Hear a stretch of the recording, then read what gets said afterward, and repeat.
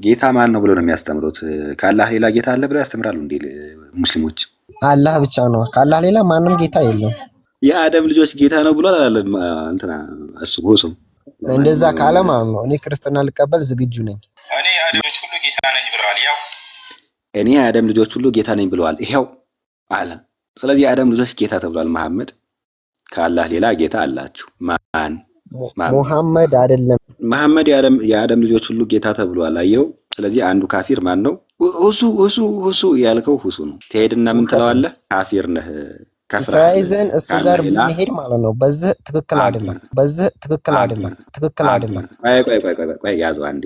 The Life of Muhammad ገጽ 311 ላይ ምን የሚል እንትን አለ? when she was a baby ናት፣ ገና ህፃን ናት። ምን የምትል ዳዴ የምትል ህፃን ናት። ያንባች ቻለች መጽሐፍ ህፃንና አያት ነብዩ ማለት ነው። እና ነብዩ ምን አለ መሰለህ? if she grow ምታደግ ከሆነ ኦኬ አይታያችሁም ለካለ እናንተ እሺ if she grow ምታደግ ከፍ ምትል ከሆነ ምታደግ ከሆነ and I am still alive በህይወት ምኖር ከሆነ እኔ አለ I will marry her ማገባት ይሆናል። ምን እያለች የነበረች ህፃን ነበር? እያንቧቸች የነበረች ህፃን ነበረች። ያቺን ተመኝቷታል። ምታንቧቸውን ህፃን ማለት ነው። ትንሽ ከፍ ካለች አለ ምን አለ? if she አለ grow up ትንሽ ከፍ የምትል ከሆነ and I am still alive ምንድነው? እኔም ደግሞ በህይወት ምኖር ከሆነ ያው ሞት እንጂ ያገባት ነበር ባይዘው ቶሎ ሞት እንጂ ከፍ የምትል ከሆነ እና ደግሞ እኔም በህይወት ምኖር I will marry her አገባታለሁ አለ። አንተ አሁን ዳዴ የምትልን ህፃን ለትዳር ልትመኛት ትችላለህ? ሸረፍ ወይ መኛት እችላለሁ። ምክንያቱም አድጋ ነው እንጂ እኮ ባለሽበት እኮ አይደለም ማገባት። ዳዴ የምትልን ህፃን ለማግባት ትመኛታለህ? እመኛታለሁ።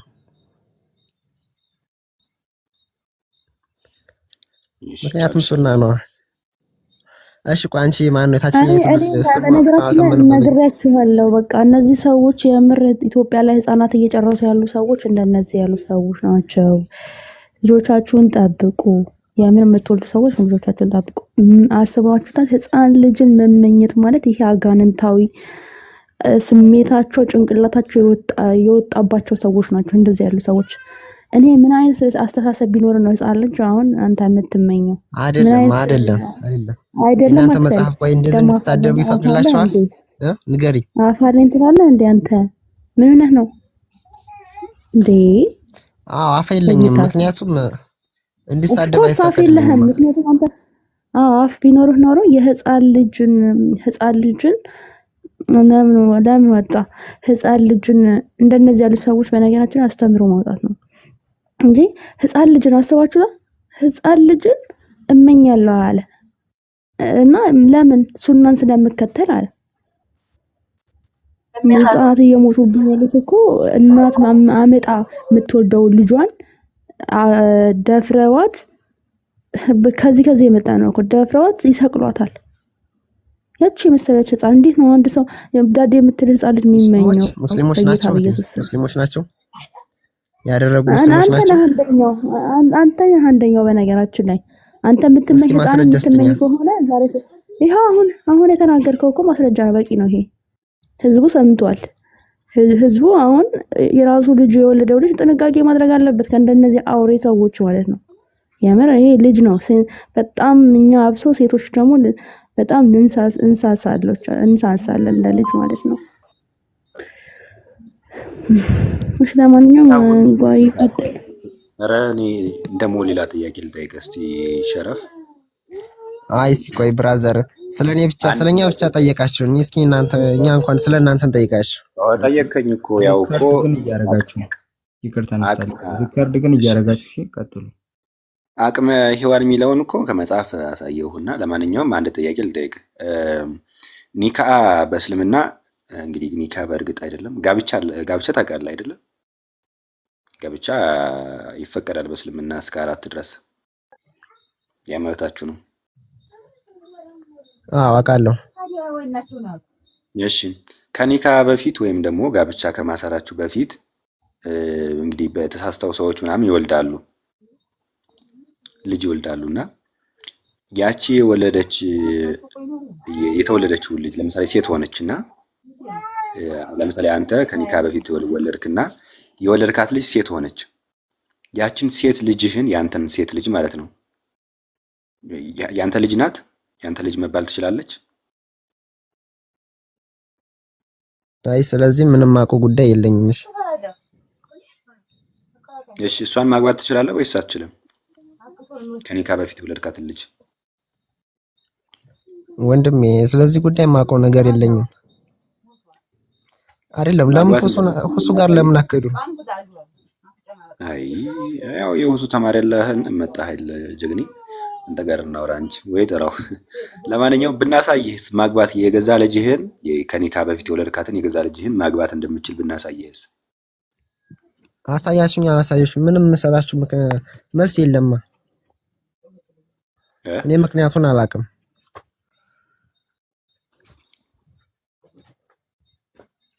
እስኪ እናንተ ልጠይቃችሁ እስላማዊ ማስረጃ እናሳይህ። የገዛ ልጅህን ከኒካ በፊት የወለድካትን የገዛ ልጅህን ማግባት እንደምትችል።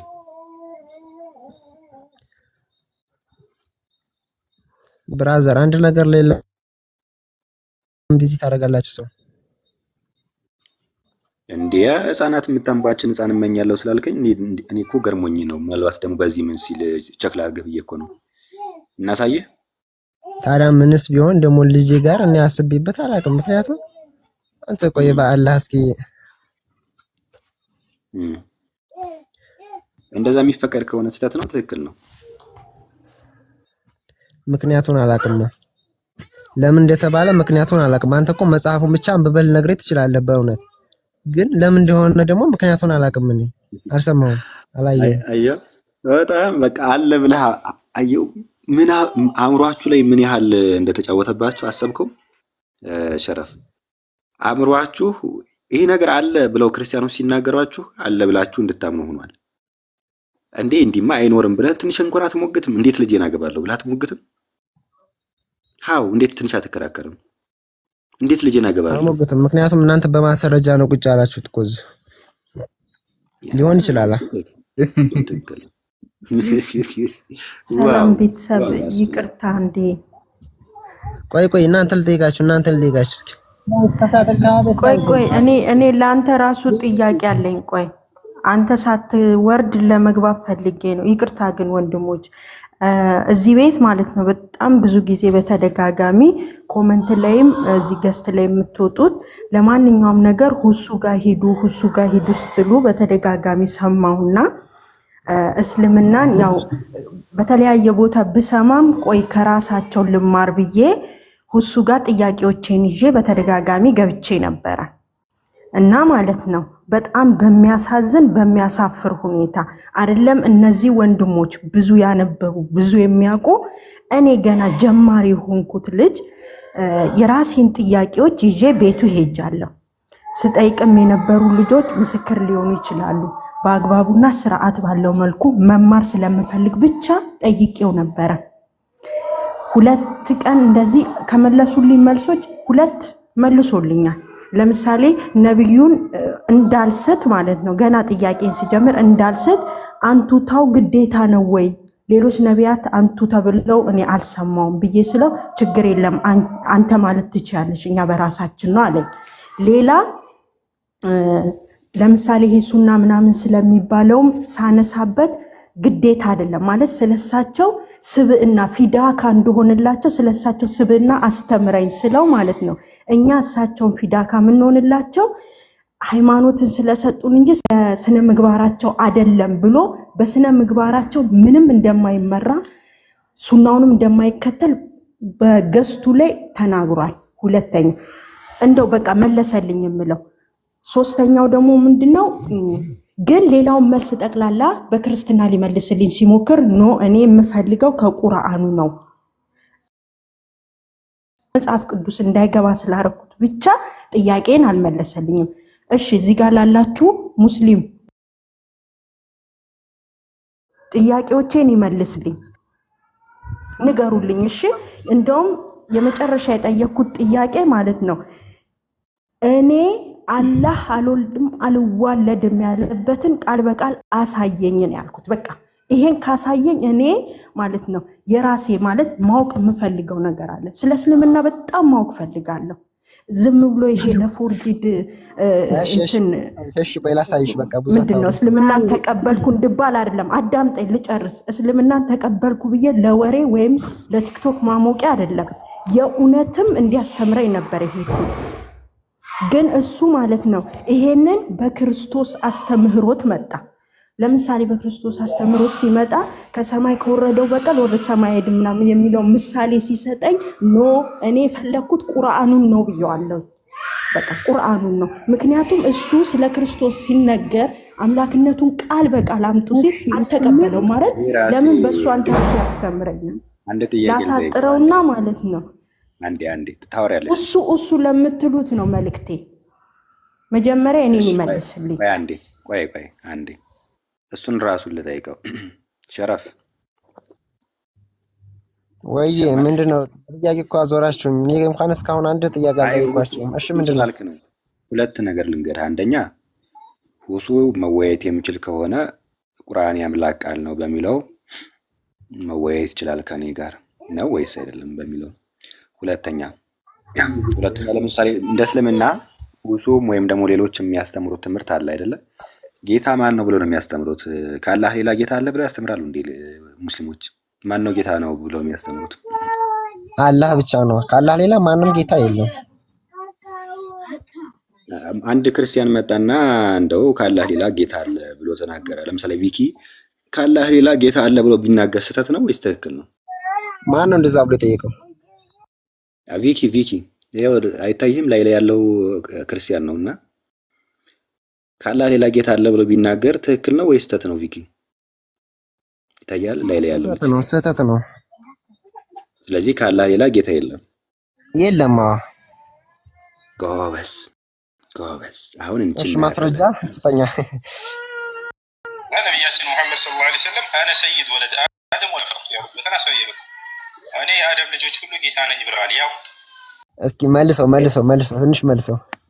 እሺ ከመጀመሪያው ላድርግልህ። እኔ ጌታ ነኝ ብሎ ቃል በቃል የተናገረ ከመጽሐፍ ቅዱስም ይሁን ከእስልምና ይሁን አሳየኝ አለ። ማንም የለም ከኢየሱስ ውጭ እያለ ፎከረ። ሌሎቹ ጌታ ተብለው ሊሆን ይችላል። እኔ ጌታ ነኝ ግን ያለ ከኢየሱስ ውጭ የለም አለ። ከእስልምና አዎ የለም አለ። እዛ ነቢያችን ሙሐመድ ሰለላሁ ዐለይሂ ወሰለም አነ ሰይድ ወለድ አደም ወልፈርቅ ያሉበትን አሳየበት። እኔ የአደም ልጆች ሁሉ ጌታ ነኝ ብለዋል። ያው መሐመድ የአደም ልጆች ሁሉ ጌታ ተብሏል። አየው። ስለዚህ አንዱ ካፊር ማን ነው? ሁሱ ያልከው ሁሱ ነው። ትሄድና ምን ትለዋለህ? ካፊር ነህ ከፍራ ተያይዘን እሱ ጋር ብንሄድ ማለት ነው። በዚህ ትክክል አይደለም። ቆይ ያዘው አንዴ ሸረፍ አንዴ ያዘው። ሁሱን ሂደህ ምን ትለዋለህ? ከአላህ ሌላ አጋርተሃል፣ ሌላ ጌታ አለ ብለሃል። ስለዚህ ይህ ውሸትህን ነው ልትለዋለህ። ሁሱ ያልከው እንዲህ ብለዋል። አየው ክርስቲያን እንደዚህ ቢል አሁን እንዲህ ምናምን ይባላል። አሁን ሁሱ ነው ያለልህ። እንትናችን የምትለው ሁሱ ማለት ነው። እንትናችን ጌታችን የምትሉት የምታሽቃብጡለት ሁሱ እንዲህ ብሏል። መሐመድ የአደም ልጆች ጌታ ነው ብሏል። ስለዚህ ሁሱ ጥፋተኛ ነው እንዳንተ ማለት እንደ እስልምና ትምህርት የስተት ትምህርት አስተምሯል። ይህም ብቻ ሳይሆን የመሐመድ አባት የት ነው ያለ ተብሎ ሲጠየቅ ያወራው ምንድን ነው? መሐመድ ማነው አይሻ ላይ ገቡ ምናምን የሚለውን ገቡ ማለት በእንግዲህ በቴስታ ይሁን በምን አላውቅም፣ ብዙ ነገሮችን የሚቀጥፍ ነው። አንተ ቀጥፈሃል፣ ከአላህ ሌላ ጌታ የለም ትለዋለህ ማለት ነው። ሸረፍ ተስማምተናል? አይደለም እሱ ይሄን ቪዲዮ እሱ አይደለም የለቀቀው። እሱ አይደለም አየው ፊት ለፊት ላይ። ስለዚህ መሐመድ ጌታቸው ነው ሙስሊሞች አለ። ይሄ እሱ አይደለም የለቀቀው። ትክክል የአደም ልጆች ጌታ ነው ብሏል አላለም? እንትና እሱ ሁሱ ከውስጥ ማለት ሌላ ሊል ፈልጎ ነው እንጂ እንደዛ በፍጹም አይላትም። ወላሂ አትሸፋፍንለት። ኖ አትሸፋፍንለት። እስኪ ስልኮ ያላችሁ ልጆች አየር ላይ ደውለታል። ማን ነው ወለተ ጉዳች አልኩኝ። ሁሱ እንደዚህ ይላል። እንደዛ ካለ ማለት ነው እኔ ክርስትና ልቀበል ዝግጁ ነኝ።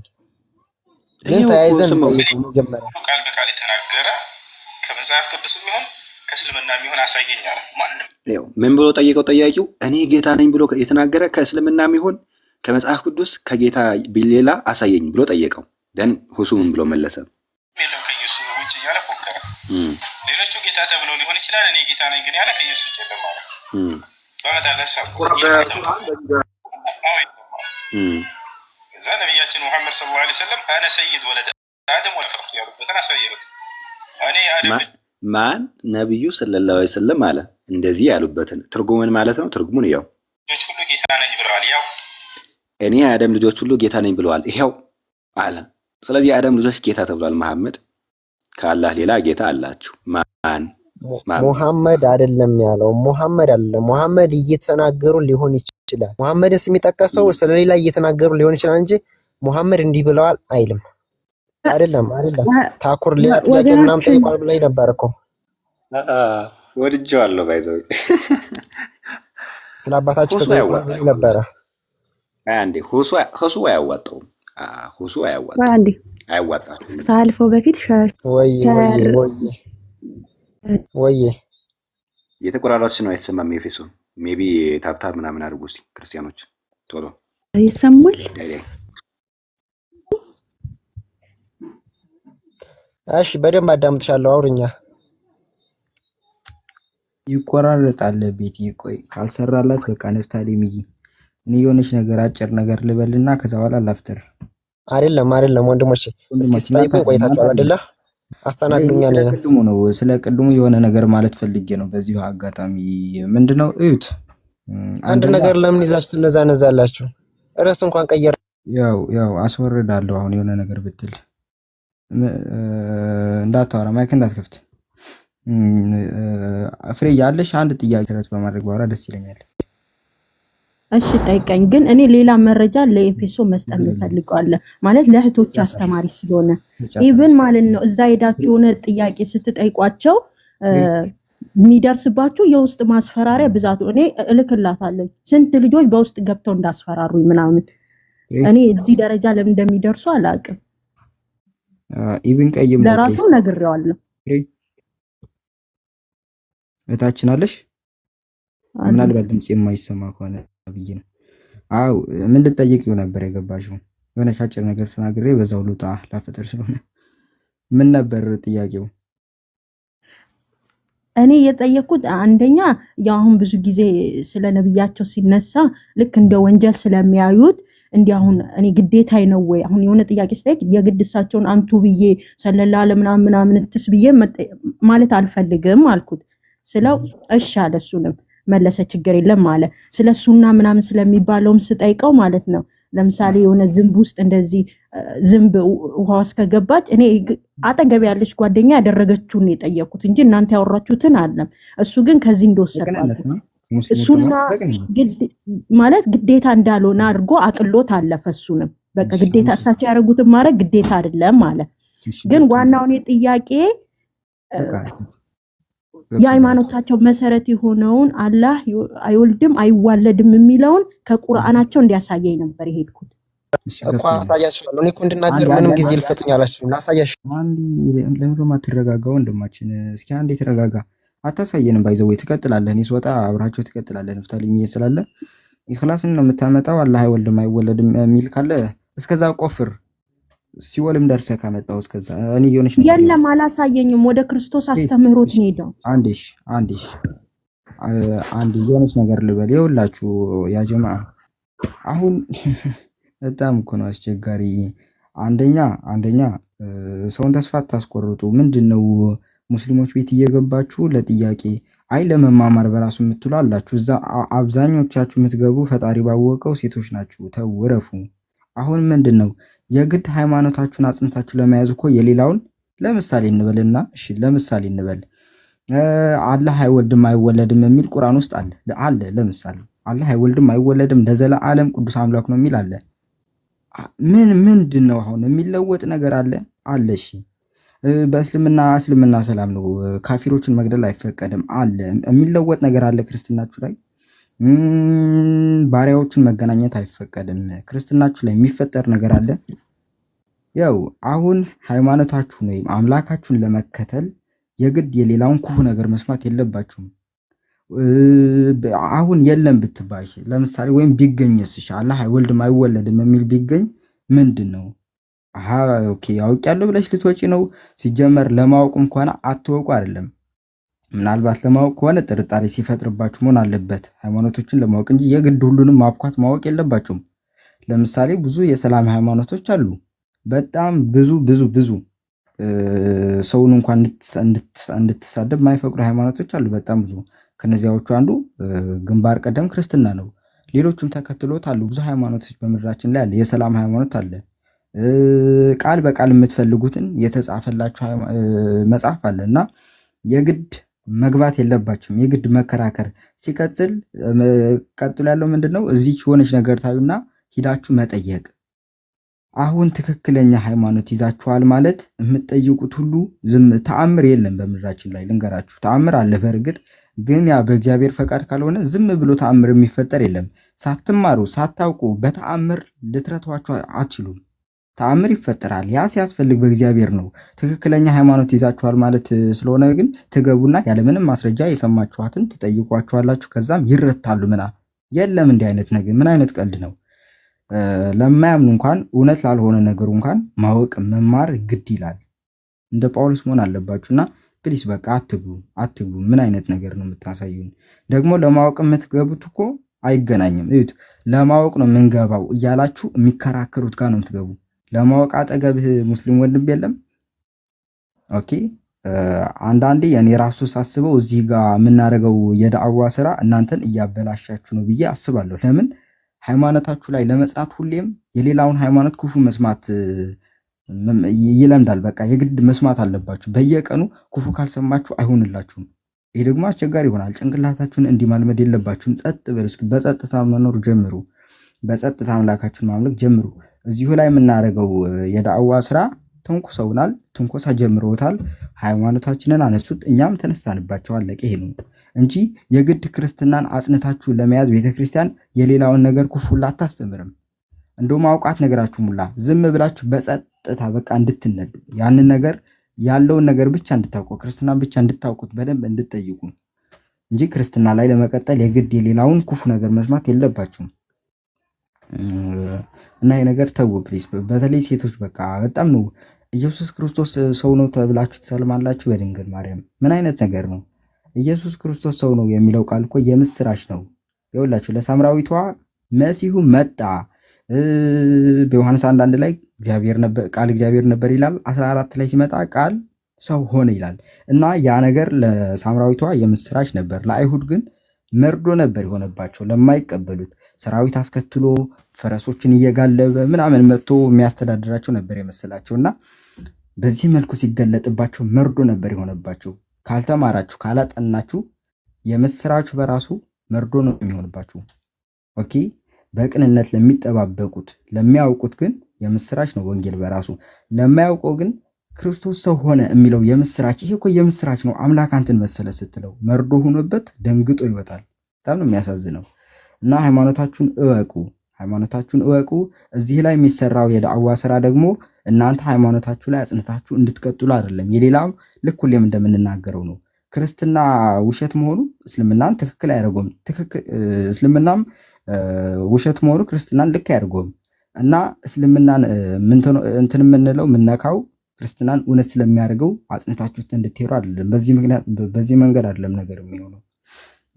እና ይህንን እንድታደርጉ ፕሊስ ሙስሊሞች ፊት በቃ ባትገቡ ይመረጣል። ጨርሶ ባትገቡ። እሱ የሚባለው ልጅ ሲጀመር ከዚህ በፊትም በኮስት ክርስቲያኖችን የማያውቁትን እያስገባ አንዴ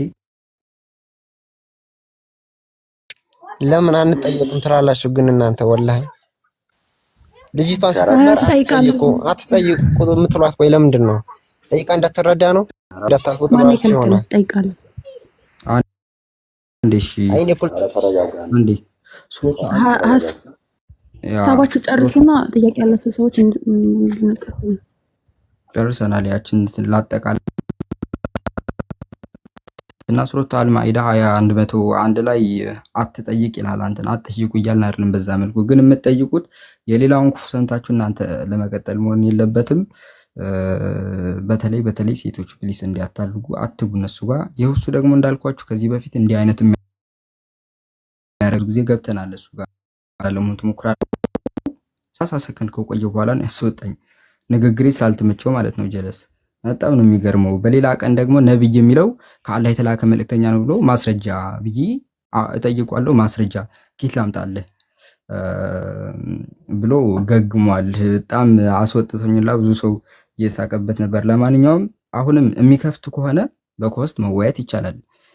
ትልቅ ልጅ አይደለም አሁን ያፈመሳችሁት እንጂ ከዚህ በፊት ተወያይተነዋል። ምንም ትልቅ ልጅም አይደለም። ዞሮ ግን ክርስቲያኖች እንዲያታድርጉ እርስ በርሳችን መናበብ አለብን እና እንነባብ። ሁሌም ልባችን ይላጥ እንዴ! በእናንተ ተው እንጂ ሰውን ተስፋ አታስቆርጡ። በጣም ነው የሚያናድደው። ለማንኛውም ጨርሻለሁ። ቀጥሉ። ንፍታሊም ሚላፍትር ግን ስለ ግለሰብ አታውሩ ነው የቤት። እሺ ካሁን በኋላ ሲያነሱ እለፏቸው። እናንተ ትጠይቁናላችሁ። እንኳን እንዳልጠይቃችሁ አደረጋችሁ እኮ አያችሁ። የእናንተ ችግር ማለት ነው። እኔን አንድ ቀን አላደረጋችሁም። ሸረፍ አንደኛ ጫጫታ አለ ከጀርባ ራቅ ለማለት ሞክር። ከጫጫታው ትጠይቃለህ። ሁለተኛ ደግሞ የጀመረው ነገር ነበረ። የገዛ ልጅህን ከኒካ በፊት የወለድካት ልጅህ ጋር በተገናኘ እሱን ላሳይህ ወይስ እንደው እንዳላምናል እንለፈው? አይደለም አምኛለሁ። እሺ በቃ አምኛለሁ ልበል። ግን እናንተ እስኪ ሌላ እንኳን እንድንጠይቅ አድርጉና አንድ ነገር ላይ ለምን ቢዚ ታደርጉናላችሁ? መጠየቅ ትፈራላችሁ? ከሞራል አንፃር እንዴት ነው አባት ልጁን ማግባት የሚፈቀድለት? ከሞራል አንፃር እንዴት እንደዚህ ይፈቀዳል? እንደ እስልምና አንድ ተራ ሰው በመንገድ ለሚያልፈው ማለት ነው። ስለ ህገ መንግስት አሁን ብጠይቀው ምን ያቅልሃል? ንገረኛ። እኔ አሁን ስለዚህ ጉዳይ ስለ መጽሐፍ ጉዳይ ብዙም አላውቅም። በቃ ስለምሰማው ነው እንጂ ስለምሰማው ደግሞ አንዳንድ ነገር ልጠይቃችሁ ብያለሁ እኮ። ልጠይቅ ነው እንጂ የገባሁት እኔ ብዙ አውቃለሁ ብዬ ለመጠየቅ አይደለም የገባሁት። እሺ አይ እኔ ስለጠየቅኩ እሺ ችግር የለም ጠይቅሽ። ምንድነው ጥያቄ? ያው ደልሰጠው ኢየሱስ ጌታ የሆነበትን እስኪ ምክንያት ንገረኛ። ነብይ ነው ብለናል አይደለ? ነብይ የሆነውን በማስረጃ ነው። እናንተ ደግሞ ጌታ የሆነውን እስኪ በማስረጃ ንገረኝ። አሳየኝ። ምንድነው ማሳየህ? እንዴት የሚል ላሳየህ? ጌታ ነኝ እኔ ጌታችሁ ፈጠራችኋለሁኝ እኔ ሰማይና ምድርን የፈጠርኩት የሚለውም ማለት ነው። ለዛ እኔ ጌታ ነኝ ያለበትን እና እኔ አምላክ ነኝ ያለበትን ነው ማሳየህ። መጽሐፍ ቅዱስ ብቻ ግን መስፈርት ነው እንደዚህ ማለት። አሁን ለምሳሌ አምላክ ነኝ ማለት ይጠበቅበታል። እንደዛ የግድ ይጠበቅበታል። ታዲያ ምን ሊያሳይ ነው? ቆይ ምን ሊናገር ነው የወረደው? እሺ የሆነ ነገር ልክፈትልህ እና የምትቀበለው ከሆነ የሆነ ነገር ላሳየው መጀመሪያ። አይ ምንም መጽሐፍ ቅዱስ ብቻ ገልጣ አሳየኝ እስኪ። ስለዚህ ማለት ነው እንጂ ነብይ ይሁን ሰው ይሁን ወይስ አምላኪውን በምን ላይ ተናቃለን? እሱ ምክንያት ካልሰጠን ሸረፍ ጥያቄ ጠይቅ አይደለ? አትጩህብን። ሜታ አድርግና እናዳምጥ። ሱራ 26 29 ላይ እንዲህ የሚል አለ። ፈርዖን እንዲህ ይላል፣ ፈርዖን ከኔ ሌላ አምላክ ብትይዝ በእውነቱ ከእስረኞች አደርግሃለሁ ይላል። እኔ አምላክ ነኝ ከኔ ሌላ አምላክ እንዳትይዝ ይላል ፈርዖን። ስለዚህ እንደዚህ ስላለ መስፈርት አድርገ ነው ፈርዖን አምላክ ነው ብለን መቀበል እንችላለን። መስፈርት ሊሆን ይችላል። ይሄ ማንና ያለው ማንና ያለው ፈርዖን የሚባለውን አታውቁም? እነ ሙሳን እንትን ሲል የነበረው እኮ እነ ሙሳ ነው አይደል ያላቸው? ምን አላቸው? ከኔ ሌላ አምላክ እንዳትይዙ አምላክ ነኝ አላቸው። ማን? ፈርዖን። ስለዚህ ፈርዖንን አምላክ አድርገን መያዝ እንችላለን። በዚህ እንትን መሰረት ጥቅስ መሰረት እኮ ቁርአኑ እኮ ስለምን መጀመሪያ እንደሚናገር እወቀው። ምክንያቱም ማለት ነው አሁን እዛ ጋር ምን ይላል ልንገርህ። አላህ ስለ ሙሳና ስለ ፊርዓውን ታሪክ እየተናገረ ነው ያለው። ፊርዓውን እንደዛ ብሎ ተናገሯል ነው እንጂ ያለው ፊርዓውን እንደዛ ብሏልና እሱን አምልኮ ያለ አይደለም። እሺ አልገባውም። መስፈርት ሊሆን አይችልም። ፊርዓውን እኮ በትክክል ብሏል እኮ አልገባውም። አንተ ለማስረዳት የሞከርከው ነገር አልገባውም። አይ ቲንክ ለማይ በቀልተው ልለፈውና ገብቶኛል እንጂ እንደዛ ብሏልና እንደዛ አድርጋችሁ ተረዱ ነው እያልክ ያለው አይደለ? እሺ ላሳይህ። አንዴ ሚውት አድርገህ ስማኝ። አሁን የጠየቅከውን ጥያቄ ቀጥታ ልመልስልህ። ክርስቲያኖችም አስተውላችሁ ስሙ ይህን ነገር ማለት ነው። አንደኛ ክርስቶስ በስጋ ማርያም ከመገለጡ በፊት አስቀድሞ የነበረ ነው። ማለትም ከማርያም ከመወለዱ በፊት አለ። በምን መለኮታዊ ባህሪ ነው፣ መለኮት ነው፣ ሁሉን የፈጠረ ስለሆነ አስቀድሞ አለ። ለዚህ ለነገር ምንድን ነው ለምስክር 2 ወይም 3 ያስፈልጋል ብሎ ነብዩ ሙሴ ይናገራል። ያን 2 ወይም 3 ላቅርብ። የመጀመሪያ ዮሐንስ ወንጌል ምዕራፍ 1 ቁጥር 1 ላይ በመጀመሪያ ቃል ነበረ፣ ቃልም በእግዚአብሔር ዘንድ ነበረ፣ ቃልም እግዚአብሔር ነበረ ይላል። ስለዚህ ይህ ቃል በመጀመሪያ ነበረ። ይህ ቃል ደግሞ መጥቶ ስጋ ሆነ፣ ቃልም ስጋ ሆነ፣ ጸጋና እውነትን ተሞልቶ በእኛ አደረ ይላል። ስለዚህ ስጋ የሆነው ከድንግል ማርያም የተወለደው ቃል ነው በመጀመሪያ የነበረው። ያ በመጀመሪያ የነበረው ደግሞ አንድስ እንኳን ያለ እርሱ አልሆነም ይላል። ለምሳሌ ሰማይ ሆኗል፣ ምድር ሆኗል፣ ተፈጥሯል። ከተፈጠረው መካከል ያለ እርሱ የተፈጠረ ምንም ነገር የለም ብሎ ይናገራል። ደን አንደኛ ዮሐንስ ምዕራፍ 1 ቁጥር 1 ላይ ደግሞ እንዲህ ይላል፣ ስለ ሕይወት ቃል ከመጀመሪያ የነበረውንና የሰማነውን በዓይኖቻችንም ያየነውን የተመለከትነውንም እጆቻችንም የዳሰሱትን እናወራለን። ስለዚህ ከመጀመሪያ ይሄ ሕይወት ቃል እኔ ሕይወትም መንገድም እውነትም ነኝ ያለ ጌታ የሕይወት ቃል ስጋው ቃል በኋላም የመጣው ማለት ነው ከመጀመሪያ የነበረ ነው፣ የሰማነው ነው፣ በነቢያቱ የተሰማ ማለት ነው። ለምሳሌ አሳያለሁ። ነቢያቱን ያናገረ በዓይኖቻችንም ያየነውን ያዩት ነው፣ የተመለከቱት የዳሰሱት። ለምሳሌ ቶማስ የተወጋ እጁን ዳሶታል፣ አይቶታል። ሕይወትም ተገለጠ፣ አይተንማል፣ እንመሰክርማለን። ከአብ ዘንድ የነበረውን ለእኛም የተገለጠውን የዘላለም ሕይወት እናወራላችኋለን። ስለዚህ ከአብ ዘንድ የነበረው ጌታ ነው መጥቶ የዘላለም ሕይወት ማለት ነው መጥቶ ስጋ የሆነው። አይሁድ ይህን ጥያቄ ጠይቀው ነበረ።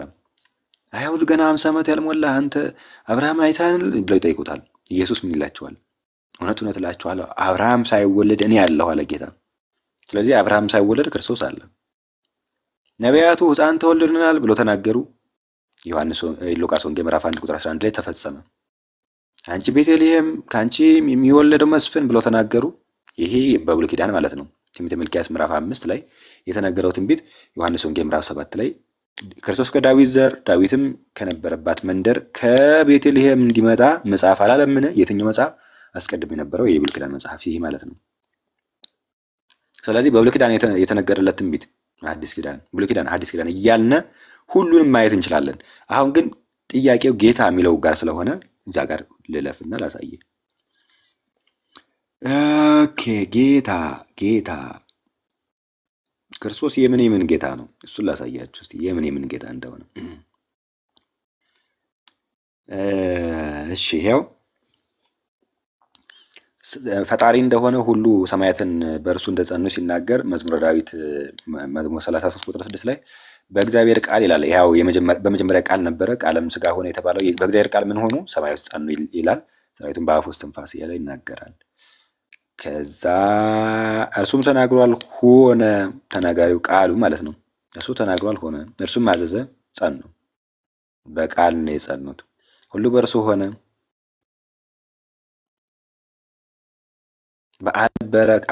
በዓለም የነበረውን ወደ ዓለምም ደግሞ የመጣው ዮሐንስ ወንጌል ምዕራፍ 1 ቁጥር 8-9 አካባቢ ደን ስለ ጌትነቱ ሲናገር አንደኛ ቆሮንቶስ ምዕራፍ 8 ቁጥር 6 ላይ እንዲላል ለእኛስ ነገር ሁሉ ከእርሱ የሆነ እኛም ለእርሱ የሆንን አንድ አምላክ አብ አለን። ነገር ሁሉ በእርሱ በኩል የሆነ ነገር ሁሉ ሰማይ፣ ምድር፣ ሌላውን ሁሉ ፍጥረት ሁሉ በማን በኩል? በእርሱ በኩል የሆነ እኛም በእርሱ በኩል የሆን አንድ ጌታ ኢየሱስ ክርስቶስ አለን። ስንት ጌታ? አንድ ጌታ ኢየሱስ ክርስቶስ አለን። አንደኛ ቆሮንቶስ ምዕራፍ 8 ቁጥር 6 ላይ አንድ ዕብራውያን ምዕራፍ 1 ቁጥር 2 ሁሉን ወራሽ ባደረገው ደግሞ ዓለማትን በፈጠረበት በልጁ ያ ልጁ ማን ነው? ጌታ የተባለው ማለት ነው። በዚህ ዘመን መጨረሻ ላይ እኛ ተናገረ ጌታ ነው። ይሄን ላሳያችሁ። ጌታ ጌታ የሚሉ ቃላትን ስለ ክርስቶስ ጌትነት የሚናገሩ የማቴዎስ ወንጌል ምዕራፍ 12 ቁጥር 8 ይላል። የአብ ልጅም ነው የድንግል ማርያም ልጅም ነው። የአብ ልጅ ነው መጥቶ በስጋ ማርያም የተገለጠው፣ የድንግል ማርያም ልጅ የሆነው የሰውን ስጋ የወሰደው አስቀድሞ የነበረው በመጀመሪያ የነበረው ማለት ነው። የሰው ልጅ አለ። የሰው ልጅ የሚለው ማንን ነው? ራሱን ነው። የሰንበት ጌታ ነውና ምንድን ነው? የምን ጌታ ነው? የሰንበት ጌታ። በሰንበት ማንም መስራት አይችልም። የሰንበት ጌታ ማንም ተብሎ ሊጠቀስለት አይችልም ከመለኮት በስተቀር ጌታ ነውና። የማን ጌታ ነው? የሰንበት ጌታ ነው። እሺ የሐዋርያት ሥራ ምዕራፍ 10 ቁጥር 36 የሁሉ ጌታ በሚሆን በክርስቶስ ኢየሱስ የማን ጌታ? የሁሉ ጌታ በሚሆን በኢየሱስ ክርስቶስ። ክርስቶስ የምን ጌታ ነው? የሁሉ ጌታ። ክርስቶስ የሁሉ ጌታ ነው። አንደኛ ቆሮንቶስ ምዕራፍ 2 ቁጥር 8 አታሳልፈው። ቆይ ከዚህችም አለ በደንብ እናንብበው። እሺ ይሄው አንብብ። የሁሉ ጌታ በሚሆን በኢየሱስ ክርስቶስም ሰላምን እየሰበከ ይሁን ይህን ቃል ወደ ኢየሩሳሌም ልጆች ላከ ይላል። የምን ጌታ? የሁሉ ጌታ በሚሆን በማን? በኢየሱስ ክርስቶስ። ስለዚህ ክርስቶስ ምንድነው? ኢየሱስ ክርስቶስ ምንድነው? የሁሉ ጌታ። ቀጠል አድርጎ እንዲህ ይላል ከዚህም ዓለም ገዦች አንዱስ እንኳን ይህንን ጥበብ አላወቀውም። አውቀውትስ ቢሆን የክብርን ጌታ ባልሰቀሉት ነበረ። የተሰቀለው ማን ነው? ኢየሱስ። ምን አለው? የተሰቀለውን የክብር ጌታ። የምን ጌታ ነው ክርስቶስ? የክብር ጌታ። እሺ እንቀጥል። ቆላስይስ ምዕራፍ 4 ቁጥር 1 ጌቶች ሆይ እናንተ ደግሞ በሰማይ ጌታ እንዳላችሁ ታውቃላችሁ፣ ለባሪያዎችም በጽድቅና በቅንነት አድርጉ። ከሰማይ ከመጣው በቀር ከሰማይ ከወረደው በቀር ወደ ሰማይ የወጣ የለም፣ ያም ደግሞ በሰማይ ያለው የሰው ልጅ ነው ብሎ ራሱን ተናግሯል። ጌቶች ሆይ እናንተ ደግሞ በሰማይ ጌታ እንዳላችሁ አለ። ያ በሰማይ ያለው ጌታ ማን ነው? ኢየሱስ ክርስቶስ። ያኔ በሰማይ ነው እንደ ያለው? ቆይ ሰማይ ላይ ነው ምድር ላይ ነው ያለው? ማን? መልሷ አሳልፈው ወደ ኋላ አዳምጠኝ። ጌቶች ሆይ እናንተ ደግሞ በሰማይ ጌታ እንዳላችሁ ታውቃላችሁና ለባሪያዎቻችሁ በጽድቅና በቅንነት አድርጉላቸው። ይህን ማን ነው የሚለው? ኢየሱስ ክርስቶስ ነው? ቅዱስ ጳውሎስ ነው። ቅዱስ ጳውሎስ የቆላስይስ ሰዎችን መልእክት በላከ ጊዜ ቅዱስ ጳውሎስ ማለት ጌታ ካረገ ማለት የሐዋርያት ሥራ ምዕራፍ 1 ቁጥር 8 እና 9 ላይ ይችላሳየ እንዴት መሰለ እንዴት እንደሆነ ላሳየ። የሐዋርያት ሥራ ምዕራፍ 1 ቁጥር 9 እና 10 ላንብብልህ። እንዲህ ይላል ይህንንም ከተናገረ በኋላ እነሱ እያዩት ከፍ ከፍ አለ፣ አረገ ማለት ነው። ደመናም ከዓይኖቹ ሰውራ ተቀበለችው። እነርሱም ሲሄድ ወደ ሰማይ ወደ ሰማይ ትኩር ብለው ሲመለከቱ ጌታ ምን ይላል? ወደ ሰማይ ነው የወጣው። ትኩር ብለው ሲመለከቱ ሳለ እነሆ ነጭ ልብስ የለበሰ ሰው ሁለት ሰዎች በአጠገቡ ቆመው ነበር። ደግሞም የገሊላ ሰዎች ሆይ ወደ ሰማይ እየተመለከታችሁ ስለምን ቆማችሁ? ይህ ከእናንተ ወደ ሰማይ የወጣው ኢየሱስ ወደ ማን ወጣል? ወደ ሰማይ።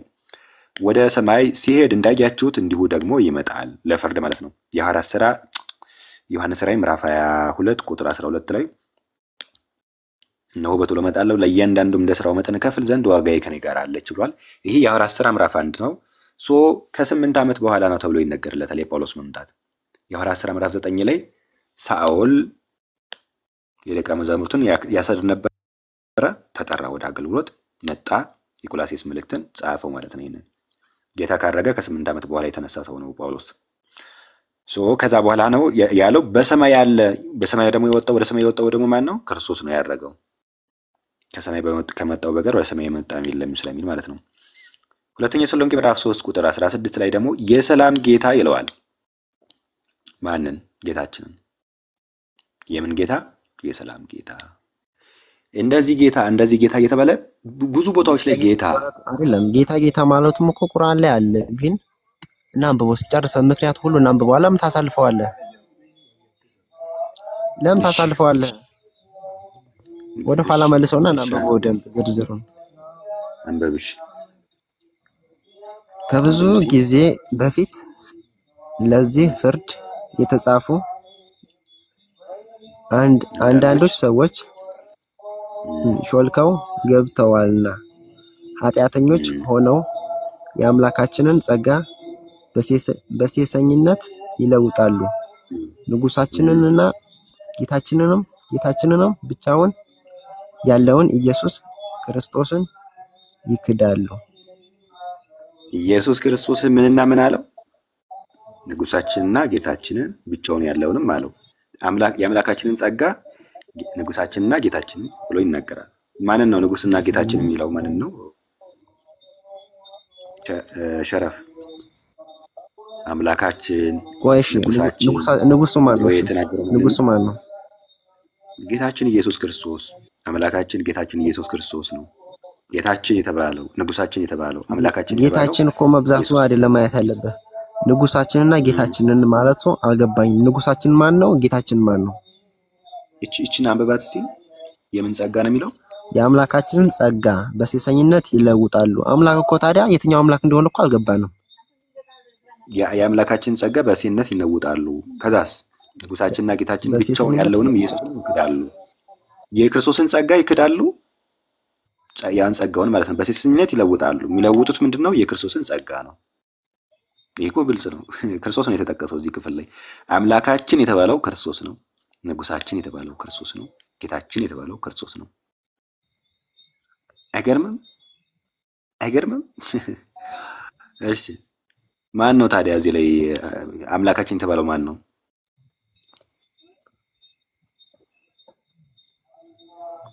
ማን ነው እዚህ ላይ አምላካችን የተባለው? እንዴ ይሄ ስም አይደለም?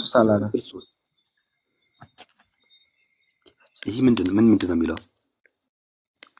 ምንድን ነው የሚለው?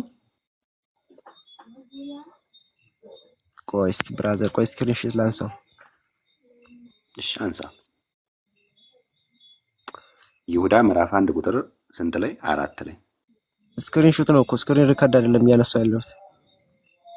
እሺ ያው ላስተካክልልህ ብዬ ነው። ምዕራፍና ቁጥሩ ምን እንድታየው ብዬ እኮ ነው። ያው ምዕራፍና ቁጥሩ ያው ይሁዳ ምዕራፍ 1 ቁጥር 4 ላይ። እቺና ስክሪንሾት አድርጋትና ታያታለህ መጽሐፉ ላይ ሄዳ። እሺ አነሳሁት። እሺ እንቀጥል።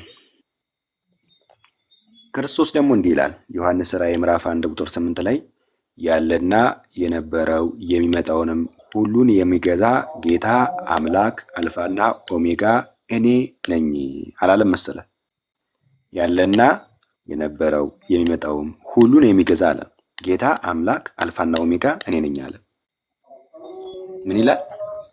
ምንና ምን አለ? ምንድነው የሚላት? እቺ አንብብልኝ እስቲ። ምንን የሚገዛ? ያለውና የነበረው የሚመጣው ሁሉንም የሚገዛ ጌታ አምላክ አልፋና ማን ነው? ስሙ ኦሜጋ ነው የሚለው። ኦሜጋ እኔ ነኝ ይላል ማለቱ ደግሞ ሌላውም እኮ ይጠቅሳል። ማን ነው የሚለው? ኢየሱስ። ላሳየህ እሱን ማን እንደሚለው። ያው መጽሐፉን ከፍቼ ላሳየህ ማን እያለ እንዳለ ማለት ነው። እሺ ይሄው እንዲህ ይላል። አንደኛ ላሳይህ ለፍርድ የሚመጣው ማን ነው የሚለውን አስቀድሜ ላሳይህና ወደዚህ መለሳለሁ። ዮሐንስ ራእይ ምዕራፍ 22 ቁጥር 12 ላይ እንዲህ ይላል፣ እነሆ በቶሎ እመጣለሁ፣ ለእያንዳንዱ እንደ ስራው መጠን እከፍል ዘንድ ዋጋዬ ከኔ ጋር አለች እያለ ይናገራል። ለፍርድ የሚመጣው ማን ነው? ኢየሱስ ክርስቶስ ነው። እንደሄደ ይመለሳል። ቅድም ያሳየው 24 ሥራ ምዕራፍ 1 ላይ ማለት ነው። ይህ ወደ ላይ ሲወጣ ያያችሁት ተመልሶ ይመጣል ብሎ ሁለቱ መላእክት እንዲናገሩ እንዲህ ይላል ቁጥር 7 ላይ እነሆ ከደመና ጋር ይመጣል። የሚመጣው ማን ነው ለፍርድ? ቅድም ባሳየው መሰረት ኢየሱስ ነው። ዓይን ሁሉ የወጉቱ ያዩታል። የተወጋው ማን ነው? የተቸነከረው ማን ነው? ኢየሱስ ክርስቶስ። የምድር ወገኖች ሁሉ ስለ እርሱ ዋይ ዋይ ይላሉ። አዎን አሜን። ከዛስ ምን ይላል? ያ የሚመጣው ጌታ ምን ይላል? ያለና የነበረው የሚመጣውንም ሁሉን የሚገዛ ጌታ አምላክ አልፋና ኦሜጋ እኔ ነኝ ይላል አለ። የሚለው ማን ነው? ይላል የተባለው ማን ነው? ከደመና ጋር ለፍርድ የሚመጣው የተወጋው። ያ የተወጋው ደግሞ ማን ነው? ክርስቶስ ነው። ያን ማሳየት እችላለሁ እንግዲህ እየከፈትኩ እና ይሄ ነው። አሁን ወደ እዚህኛው እንመለስ እና ጥያቄ ልጠይቅህ። አንድ መጽሐፍ ቅዱስ ክርስቶስ ራሱ የተናገረበትን ላሳየህና ትጠይቀኛለህ ደግሞ ወይ ደግሞ እኔም ደግሞ እንድጠይቅህ አይሻልም?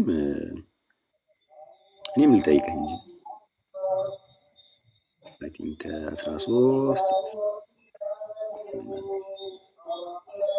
እሺ ክርስቶስ ኢየሱስ እግራቸውን የሐዋርያቱን ዝቅ ብሎ ያ ጌታ ዝቅ ብሎ እግራቸውን ያጥባልና እግራቸውንም አጥቦ ልብሱንም አንስቶ ዳግመኛም ተቀመጠ። እንዲህም አላቸው፣ ያደረግኩትን ታስተውላላችሁን? ዝቅ ብሎ የተማሪዎችን እግር አጠበ፣ በትህትና ማለት ነው። እናንተ መምህርና ጌታ ትሉኛላችሁ አለ። ምን ይሉታል ደቀ መዛሙርቱ? እናንተ መምህርና ጌታ ትሉኛላችሁ አላቸው ጌታ። እንዲሁ ነኝና፣ እንዴት ነኝ አለ? መምህርና ጌታ ነው። እንዲሁ ነኝና መልካም ትላላችሁ። እንደዚሁ ስለሆነ እንደዚህ ይሉታል። እንዴት ስለሆነ? ጌታና መምህር ስለሆነ መምህርና ጌታ ይሉታል። እንዲሁ ነኝ አለ። ቁጥር 14 ላይ እንግዲህ እኔ ጌታና መምህር ስሆን አለ እግራችሁን ካጠብኩ እኔ መምህር ነኝ፣ እኔ ጌታ ነኝ። ግን ዝቅ ብዬ እግራችሁን አጠብኩኝ በትህትና። እናንተ ደግሞ እርስ በርሳችሁ እግራችሁን ትታጠቡ ዘንድ ይገባል። እዚህ ጋር ትይዝልኛለህ አንደዬ። እሺ እንግዲህ እኔ ጌታና መምህር ስሆን ነው እኮ አይደል ያለው? ገና ስሆን ነው እንጂ ነኝ አላለም እኮ። ለምንድን ነው? አይደለም እንደሱ አይደለም። ለምን ስሆን አለ? ገና ለወደፊቱ ሾማለሁ ነው? ለወደፊቱ ሾማለሁ ነው? አይደለም። እንግዲህ አብራራልኛ። እንዴት ነኝ አለ? እናንተ ጌታና መምህር ትሉኛላችሁ አለ። እንዲሁ ነኝ አለ። እንዴት ነኝ? ጌታና መምህር ነኝ አለ። ጌታና መምህር ሆኖ ሳለ ሲሆን ጌታና መምህር ሆኖ እያለ ግን ዝቅ ብሎ እግራቸውን አጠበ። ስሆን ማለቱ ምን ማለት ነው? እሱ ጌታና መምህር ነው፣ ግን ዝቅ ብሎ እግራቸውን አጥቧል ነው። ጌታና መምህር ሲሆን እሱ ጌታና መምህር ሆኖ ግን በትህትና ጌታን አይደለ ሌሎች ወይ ደግሞ መምህራንን ማጠብ ያለበት ወይም ጌታን ማጠብ ያለበት ሌሎች አይደለ ተማሪዎች ወይም ደግሞ የሱ ተከታዮች ናቸው።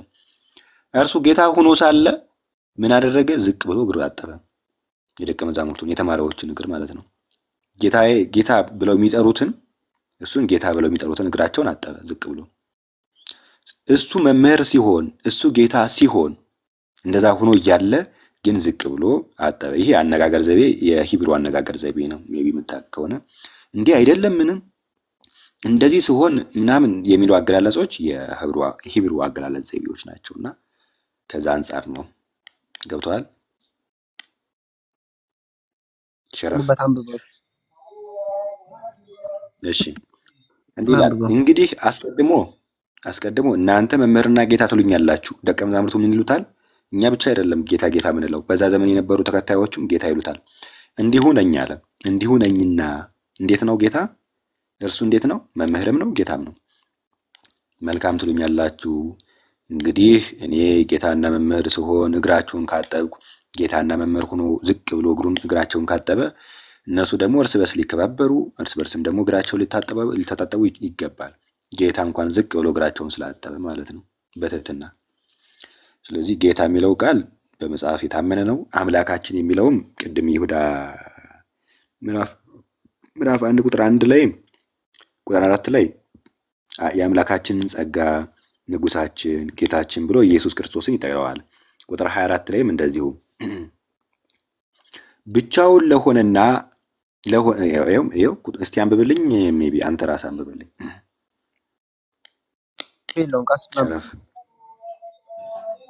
ብቻውን ለሆነ አምላክና መድኃኒታችን ከዘመን ሁሉ በፊት አሁንም እስከ ዘላለም ድረስ በጌታችን በኢየሱስ ክርስቶስ ክብርና ምስጋና ግርማም ኃይልም ስልጣንም ይሁን አሜን ይላል። ብቻውን ለሆነ ምንድን አምላክና መድኃኒታችን፣ አምላክም መድኃኒትም የተባለው ማን ነው? ኢየሱስ ክርስቶስ። ጌታ የተባለው ማን ነው? ኢየሱስ ክርስቶስ። እዚህኛው ላይ ቁጥር 4 ላይ ንጉሳችን የተባለው ማን ነው? ኢየሱስ ክርስቶስ ነው። ስለዚህ ይህ ትምህርት በመጽሐፍ ቅዱስ ውስጥ ታማኝ የሆነ ትምህርት ነው። ጥያቄ ውስጥም ይገባ አይደለም። ኦኬ፣ ጥያቄህን ከመለስኩኝ አሁን ደግሞ ልጠይቅህ አንድ ጥያቄ ወይስ አሁንም መጠየቅ ትፈልጋለህ? ቆይ እንዳለኝ እሺ፣ ቀጥል። እሱ ሲሰቅሉት ቆይ መሰቀሉን ፈልጎት ነው የተሰቀለው? ለምን ፈለገው? ቤዛ። እሺ፣ ለምን የመጣበት ዓላማ ምን መሰለ? ክርስቶስ የመጣበት ዓላማ ምን መሰለ? ላሳየን።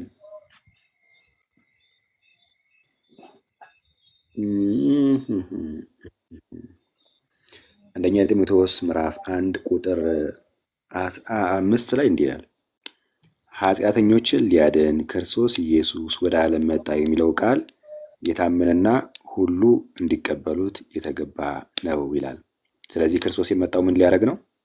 ኃጢአተኞችን ሊያድን ነው። ኃጢአተኞች የሚድኑት ደግሞ እንዴት ነው? ሰዎች በውድቀት ውስጥ ነበሩ። የግድ መስዋዕት ያስፈልግ ነበረ። ምክንያቱም መጽሐፍ ምን ይላል መሰለ? ይኸው እቺን ክፍል እንግዲህ እሱ እነሱን ሊያድን ነው አይደለ የመጣው? እና ደግሞ እሱ ጌታ ነው አይደለ? ለምን መገረፉ አስፈለገ? ለምን መገረፉ አስፈለገ? ለመሰቀሉ ለምን አስፈለገ? መማር ከፈለገ ለምን ዝም ብሎ አይምራቸው? እሺ መልስልኝ። በእነሱ ኃጢአት ይሄ ሌላ ጥያቄ ነው። እሺ የመጀመሪያውን ልመልሰው። ኃጢአተኞችን ሊያድን ነው የመጣ ክርስቶስ። ኃጢአተኞችን ለማዳን ደግሞ የግድ በኃጢአተኞች እግር ቆሞ ወይም ደግሞ የእነሱን በደል ተሸክሞ ምንድነው እነሱ መስዋዕት መሰዋት የሚጠበቅባቸውን እሱ ሊሰዋ ይገባ ነበር። ይኸው ዕብራውያን ምዕራፍ 9 ቁጥር 22 ላይ እንግዲህ ሕጉ ከጥቂት በቀር ነገር ሁሉ በደም ይነጻል ይላል። ነገር ሁሉ ወይም ኃጢአት ሁሉ በምንድን ነው የሚነጻው? በደም። ደምም ሳይፈስ ስርየት የለም ይላል። ስለዚህ ኃጢአተኞችን ለመዳን ነው የመጣው። ኃጢአተኞችን ለመዳን ምን ማድረግ አለበት? መስዋዕትን መሰዋት አለበት። መስዋዕትን ደግሞ የሰዋው ጌታ አንደኛ ምን ሆኗል? መስዋዕት ሆኗል። ራሱን መስዋዕት አድርጎ በመስቀል ላይ አቅርቧል። ሁለተኛ ደግሞ ሰዊ ሆኗል። የሰዋው ራሱን በገዛ ፍቃዱ ነው ራሱን ወደ መስቀል የወሰደው። ሶስተኛ ደግሞ መስዋዕት ራሱ ተቀባይ እሱ ነው፣ አምላክ ስለሆነ መለኮታዊ ባህሪ ስላለው ማለት ነው። ስለዚህ መስዋዕት ሰዊ መስዋዕትን ተቀባይም ሆኖ ከሕግ እርግማን የዋጀን ያዳነን ማን ነው? ክርስቶስ ኢየሱስ ነው። ለምን እንደዚህ ማድረግ አስፈለገው? ለምን በስጋ ማርያም መገለጥ አስፈልገው የሚለውን ነገር ማየት ያስፈልጋል። አንደኛ የበደለ ማን ነው? ሰው ነው። ሰው በደለ። በሰው በደል ምክንያትም ደግሞ አስቀድሞ ጌታ እግዚአብሔር እንዲህ ብሎ ነበር፣ ከዚህ ዕፀ በለስ እንዳትበላ፣ ብትበላ የሞት ሞትን ትሞታለህ ብሎት ነበር። ሞት ይመጣብሃል፣ ሞት የሚባል ነገር ይመጣብሃል ብሎት ነበር። ያን ነገር በላ፣ ዕፀ በለሱን በላ፣ ሞት መጣ። ቢተወው በቃ ምሬሃለሁ ብሎ ቢተወው ምንድነው እንዴ? ፈራጅ አይደለም፣ ቃሉን ይቀይራል አምላክ ማለት ነው ተብሎ ፈራጅነቱን ጥያቄ ውስጥ የሚያስገባ ነው። እንዲሁ ደግሞ ምንድነው በቃ ሞታል ዘው በስብሰህ ቅር ብሎ በኃጢአት ምክንያት እንዲሁ ቢተወው ደግሞ ለኃጢአት አሳልፎ ትቶት ቢቀር ደግሞ አዳምንም ዘሩንም ጭምር ማለት ነው እንዲሁ ቢተዋቸው ደግሞ እንዲህ መሐሪ አይደለም ተብሎ አሁንም ደግሞ መሐሪነቱን ውስጥ ጥያቄ ውስጥ ይገባል። አምላክ ፈራጅም ነው፣ መሐሪም ነው፣ ፈታሂም ነው። መለኮት ፈታሂም መሐሪም ነው፣ የሚፈርድም የሚምርም ነው። ስለዚህ በእሱ እግር ቁሞ ወይም አዳም ነው የበደለው፣ በአዳም እግር ቁሞ የአዳማውያንን ኃጢአት መሻር ሊሽር መጣ። እንዴት ነው የሻረው? በመስቀል ሞት ሞቶ ማለት ነው። ሞት ነው ቅጣቱ። የኃጢአት ዋጋው ምንድን ነው? ሞት ነው። ያንን ሞትን ይሽረው ዘንድ ደግሞ ክርስቶስ ሞተ። ሞት የሚሻረው እንዴት ነው? ሞትን ድል ሲነሳ ሞት ይሻራል። ክርስቶስ መጣ፣ በስጋ ማርያም ተገለጠ። ከዛ ራሱን አሳልፎ መስዋዕት አደረገልን ለኛ በቤዛነቱ ማለት ነው። ዳነ። ሞቱን ደግሞ ድል አድርጎ ደግሞ በሶስተኛው ቀን ተነሳ። ይህን ቤተ መቅደስ አፍርሶ በሶስተኛው ቀን አስነሳዋለሁ ብሎ ጌታ ተናገረ። ራሱን መስዋዕት አደረገ። ነፍሴን ልወስዳትም ልተዋትም መብቱ አለኝ ብሎ አስቀድሞ ተናግሮ ስለነበረ ማለት ነው። ግን ምንድነው ትልቁ ነገር? እግዚአብሔር አምላክ ፍቅሩን ያሳይ ዘንድ ቃሉን ይፈጽም ዘንድ፣ ምክንያቱም ከልጁ ተወልዶ እንደሚያድነው አስቀድሞ ቃል ገብቶለት ነበረ። ያን ይፈጽም ዘንድ ፍቅሩን ያሳየን ዘንድ ከዚህ በላይ ፍቅር የለም። ፍቅር የሚባለው ይሄ ነው። በቃ የመጨረሻ ፍቅር የሚባለው ራስን አሳልፎ መስጠት የመጨረሻ ፍቅር የሚባለው ነው። ላንብብላችሁ። ይህንን ደግሞ የአንደኛ ዮሐንስ ምዕራፍ 4 ከቁጥር 7 ጀምሮ እንዲህ ይላል። በደንብ አስተውላችሁ ስሙ። ወዳጆች ሆይ ፍቅር ከእግዚአብሔር ስለሆነ የሚወድም ሁሉ ከእግዚአብሔር ስለተወለደ እግዚአብሔርንም ስለሚያውቅ እርስ በርሳችን እንዋደድ። ፍቅር የሌለው እግዚአብሔርን አያውቀውም፣ እግዚአብሔር ፍቅር ነውና በዚህ እግዚአብሔር ፍቅር በእኛ ዘንድ ተገለጠ፣ በእርሱ በኩል በሕይወት እንኖር ዘንድ እግዚአብሔር አንድያ ልጁን ወደ ዓለም ልኳልና። አየው፣ በዚህ አለ በምኑ እግዚአብሔር አንድያ ልጁን ወደ ዓለም ማለት መጥቶ ራሱን መስዋዕት አድርጎ ዓለምን እንዲያድን ልኮታል።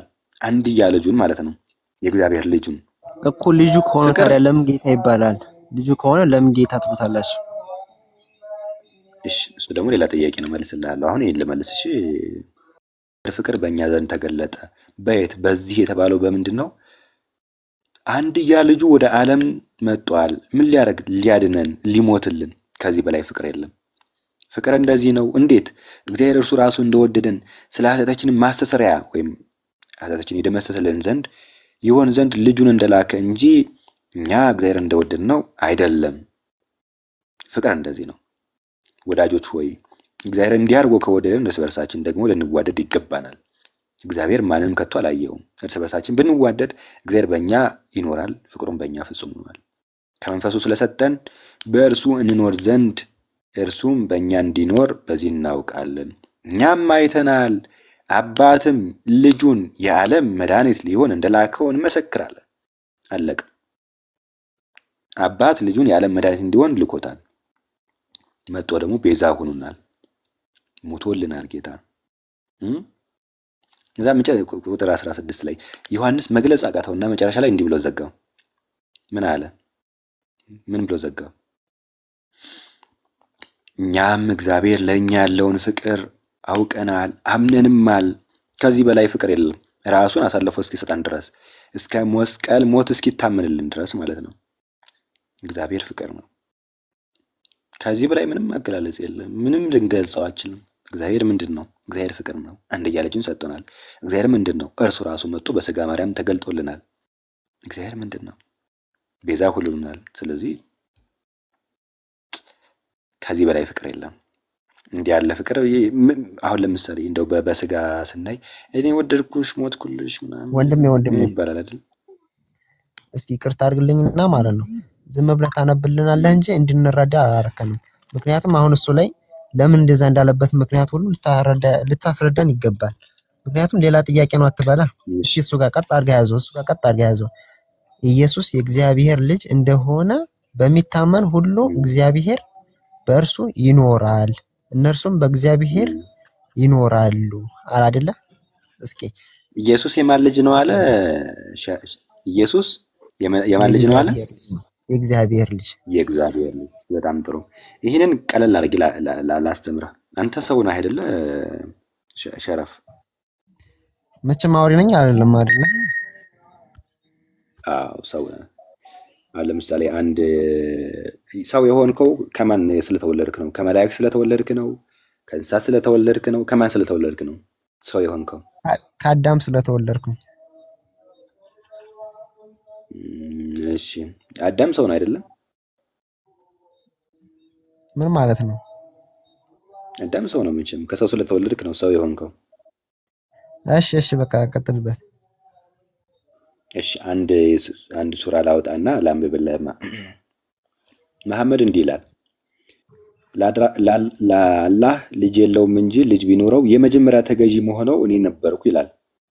ልጅ ቢኖረው የመጀመሪያ ተገዢ የሚሆነው መሐመድ ለምንድን ነው? የአላህ ልጅ ምን ስለሆነ ነው? የአላህ ልጅ አላህ ወይም የአምላክ ልጅ አምላክ ስለሆነ ነው። የአምላክ ልጅ ማን ነው?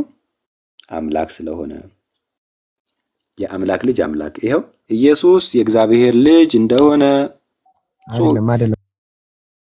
ኢየሱስ የእግዚአብሔር ልጅ ነው ብለው ትምህርት እስካሁን ያነበብክልን አላየነውም እኛ። እሺ፣ አንዴ ስማኝ። እሺ፣ ሱራውን የመጀመሪያው ኦኬ፣ እንደዛ የሚለውን ሱራ ላውጣልህ? አዎ፣ በጨለማው ነው እኛ አላነበብነውም። እሺ፣ አንዴ ጠብቀኝ። እሺ፣ ላውጣው ሱራ አንዴ ምንድነው መታወቃላችሁ? ሱራውን ብታውሱልኝ ሱራ ቁጥሩን። እናንተ በግምት ነበር እንዲያነበብከው ቅድም? አነብልሃለሁ፣ ችግር የለውም። እሺ፣ አይደለም አመታው አይደለም ወይ አውታው አይደለም ወይ ያነበብከው? አይ ኖ አወጣልሃለሁ። ጠብቀኝ አንዴ። እሺ፣ ምዕራፍ 43 43 ነው እንዴ? ይሰማል? 43 ነው እንዴ? ሱረቱል ዙክር 43 if the most merciful had a son I would have first ምዕራፍ 43 ቁጥር ስንት ነበር? 81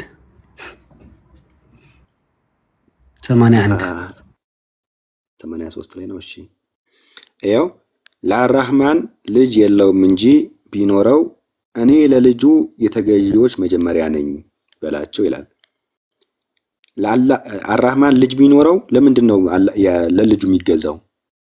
የአላህ ልጅ ምን ስለሆነ? የአላህ ልጅ ወይም የአምላክ ልጅ አምላክ ስለሆነ ልጅ ቢኖረው ይገዛው ነበረ። መጽሐፍ ቅዱስ ደግሞ ምን ብሎ ያስቀምጥልናል? ኢየሱስ የእግዚአብሔር ልጅ ነው የሚለው ትምህርት ባይዘው የመጀመሪያው በቃ የክርስቲያኖች መሰረታዊ የሆነ ትምህርት ይሄ ነው። ይሄ ላሳያችሁ። አልገባኝም። ቆይ መልሰው እስኪ ዘው ቁርአኑን ላይ ተመልሰው። እሺ አንዴ አመልስልሃለሁ። ማቴዎስ 16:15 ጀምሮ እንዲህ ይላል። አስቀድሞ ክርስቶስ እኔን ማን ይሉኛል ብሎ ይጠይቃቸዋል። ከዛ ነብይ ነህ ወይ ኤልያስ ነህ ኤርሚያስ ነህ ይሉሃል ብለው ይነግሩታል ለክርስቶስና ክርስቶስ ደግሞ ይላቸዋል እነሱስ እናንተን ማን እንደሆኑ ትላላችሁ አላቸው። ወይም ማን ነኝ ትላላችሁ? ስለኔ ስትናገሩ ማን ነኝ ትላላችሁ? ማን ነው ትላላችሁ ብሎ ሲጠይቀው ስምዖን ጴጥሮስ መልሶ አንተ ክርስቶስ የሕያው እግዚአብሔር ልጅ ነህ አለ። ከዛስ ኢየሱስ ምን አለው? ኢየሱስ መልሶ እንዲህ አለው የዮና ልጅ ስምዖን ሆይ በሰማይ ያለው አባቴ አለው እሱ ራሱ እንጂ ስጋ ወይንም ደም አልገለጠልህም። ብፁዕ ነህ። እኔም እልሃለሁ አንተ ጴጥሮስ ነህ፣ በዚህ አለት ላይ ቤተክርስቲያንን እመሰርታለሁ። በዚህ እዛ የገሃነም ደጆች አይችሏትም ይላል። ክርስቶስ የእግዚአብሔር ልጅ ነው የሚለው ትምህርት በቃ ቤዚክ ትምህርት ነው፣ አለት የሆነው ትምህርታችን ነው። ለማንኛውም ይሄን ሱራ ይሄው አምጥቼዋለሁ የምትለን ካለ በል። ለአራህማን ልጅ የለውም እንጂ ቢኖረው ለልጁ የተገዢዎች መጀመሪያ ነኝ በላቸው ይላል። ይኸው እሺ ቆይ ምን ለማለት ፈልጎ ነው ትላለህ? እሱ ላይ አላህ ልጅ የለውም እንጂ ልጅ ቢኖረው እሱንም አገዘዋለሁ እሱንም አመልከዋለሁ ነው እያለ ያለው። መሐመድ ነው አይደል ያለው? በላቸው የተባለው መሐመድ ነው። ስለዚህ ልጅ ቢኖረው የተገዢዎች መጀመሪያ ወይም የአምላኪዎች መጀመሪያ ይሆናል መሐመድ ማለት ነው። ግን ልጅ የለውም ብሎ ልጅ የሌለው ምክንያት ደግሞ ሚስት ስለሌለው ብሎ ያስቀምጣል። ሚስት ስለሌለው ማለቱ አይደለም። እናንተ እኮ አስተሳሰባችሁ ማለት ነው። እንዴት የዚች ዓለም ፈጣሪ የዚህ ዓለም ፈጣሪ ልጅና ሚስት ይኖረዋል ብላችሁ ታስባላችሁ? ሰውን እሱ ያገባል። በቃ እሱ መጀመሪያውን ከፍጡራን በፊትም ምንም ነገር የለም። ራሱ ብቻ ነው። ራሱ ብቻውን ፈጠረው። የራሱን ፍጡር ሊያገባና ሊወልድ ሸረፍ እኔ ሳይሆን ያልኩት ያው ሚስት የሌለው ያልኩት እኔ ሳይሆን ቁርአኑ ነው። ሚስት የሌለው ሲሆን እንዴት ልጅ ይኖረዋል ይላል ቁርአኑ።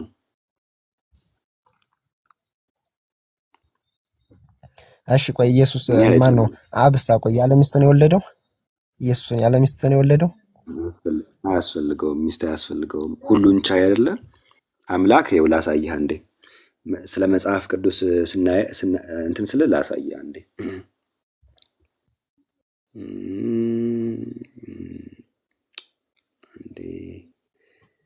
አንዴ እግዚአብሔር እንዴት ያለ አምላክ መሰለ። ያው እግዚአብሔርም አለው ሁሉን ቻይ አምላክ እኔ ነኝ። ስለዚህ ሁሉም ይችላል። አምላክ ሁሉን ቻይ ነው። የሆነ ነገር ለማድረግ የሆነ ነገር አያስፈልገውም። እርሱ ራሱ ሁሉን ቻይ ስለሆነ ማለት ነው። ሁሉን ቻይ ነው አምላክ። እንደ ቁርአኑ ስንሄድ የቁርአኑ አምላክ ልጅ ለማግኘት ምን ማድረግ አለበት? ሚስት ማግኘት አለበት። ምክንያቱም ሁሉን ስለማይችል ማለት ነው፣ በራሱ መውለድ ስለማይችል። አምላክ ግን ወይም ደግሞ እግዚአብሔር ግን አንድያ ልጅ አለው። በኦሪት መጽሐፍ ማየት እንችላለን። ሁሉን ቻይ ነው እግዚአብሔር አምላክ፣ ሁሉን የሚችል ነው። አያስፈልገውም እንደዛ ያለ ትምህርትም ደግሞ የለም። እንደዚህ መረዳት የለብህም። አሁን ለምሳሌ እኮ አላህ ሚስት አለው ቢባል እኮ ልጅም አለው ልትል ይሆናል አይደለ? ይሄው እኮ ላሳየህ። ልጅ የሌለው ለምንድን ነው? ላሳየህ አንዴ። አይ ቲንክ ሱራ ስንት ነው? ሱራ 6 4 ነው 101 101 አለ እንዲሁም 17 21 17 አለ። እሺ 101 104 እሺ 101 ያው እንዲህ ይላል እርሱ ሰማያትና ምድር ያለ ቤት ፈጣሪ ነው። እርሱ አየው ሚስት የሌለው ሲሆን እንዴት ልጅ ይኖረዋል? ልጅ እንዲኖረው ምን ያስፈልገዋል? ድምጽ አለ ሸረፍ አንተ ጋር። እሺ ስለዚህ ሚስት ልጅ እንዲኖረው ምን ያስፈልገዋል? ሚስት ያስፈልገዋል። እንደ ቁርአኑ 21:17 ላይም ይሄው ቃል አለ። ለእርሱ ሚስት የሌለው ሲሆን እንዴት ልጅ ይኖረዋል የሚለው ቃል አለ።